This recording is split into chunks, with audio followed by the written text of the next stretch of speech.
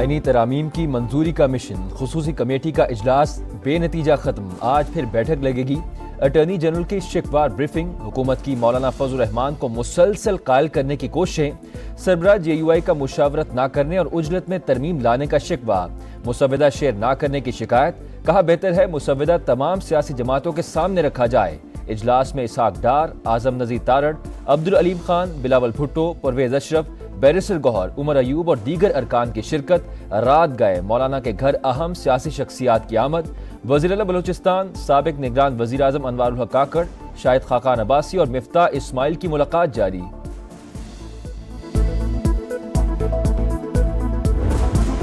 وفاقی وزیر قانون اعظم نذیر تارڑ نے آئینی ترامیم کے مسودے کی کاپی ملنے کی تصدیق کر دی۔ خواجہ آصف کا کہنا ہے نمبر پورے نہیں تھے، اسی لیے آئینی ترمیم نہیں ہو سکی۔ مولانا فضل الرحمان نے سپورٹ نہیں کیا، قانون سازی ہو سکے گی یا نہیں آج پتہ چلے گا۔ ہم چاہتے ہیں اکثریت کی بنیاد پر مجوزہ آئینی ترمیم منظور ہو، مولانا چاہتے ہیں متفقہ طور پر آئینی ترمیم منظور ہو۔ بلاول بھٹو کی گفتگو، کہا پی ٹی آئی کے ساتھ متفقہ قانون سازی ممکن نہیں، کوئی کام ایک دن میں نہیں ہوتا، انشاءاللہ جلد ہو جائے گا۔ خورشید شاہ نے پہلے وفاقی کابینہ آئینی ترمیم کے مسودے کی منظوری دی گی، پھر کمیٹی میں آئے گا۔ حکومت کے پاس آئینی پیکج لانے کا مینڈیٹ نہیں، کون سے نقطے پر بحث کرنی ہے، آپ کون سا آرٹیکل تبدیل کرنا چاہتے ہیں۔ بیرسٹر گوہر نے مجوزہ ترامیم کو غیر آئینی قرار دے دیا، کہا امید ہے فضل الرحمان ہمارا ساتھ دیں گے، سیاست میں کچھ بھی حتمی نہیں ہوتا۔ عمر ایوب نے کہا کھودا پہاڑ نکلا چوہا، حکومت کے پاس کوئی مسودہ ہی نہیں۔ مولانا فضل الرحمان کے تحفظات، قومی اسمبلی میں آئینی ترامیم پیش نہ ہو سکیں، بار بار تاخیر کے بعد مختصر اجلاس، آج دن 12:30 بجے تک ملتوی۔ سینٹ کا اجلاس دن 12:30 بجے ہوگا، کابینہ کا اجلاس بھی آج ہوگا۔ نون لیگ اور پیپلز پارٹی کی اپنے اپنے ارکان کو حاضری یقینی بنانے کی ہدایت، ترمیم کے حق میں ووٹ دینا لازمی قرار۔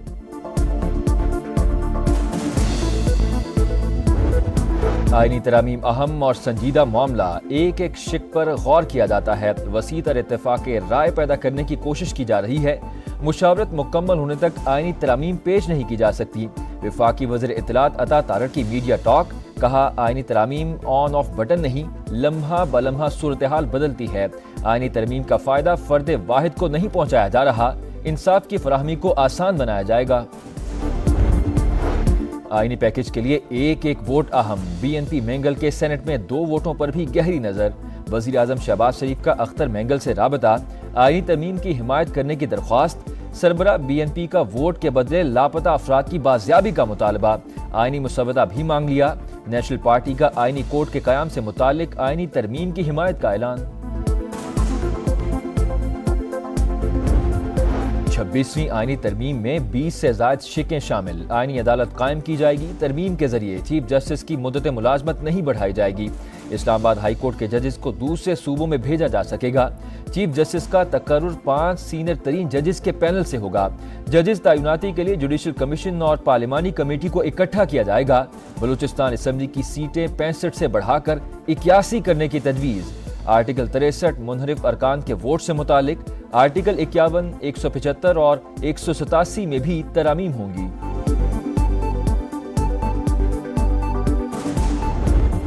اسمبلی اجلاس میں شرکت کے لیے نواز شریف کے اسلام آباد میں ڈیرے، وزیر اعظم شہباز شریف نے لیگی صدر کو آئینی اصلاحات کے مجوزہ پیکج پر بریفنگ دی، مولانا فضل الرحمان کے تحفظات سے بھی آگاہ کیا، دیگر جماعتوں سے رابطوں پر اعتماد میں لیا۔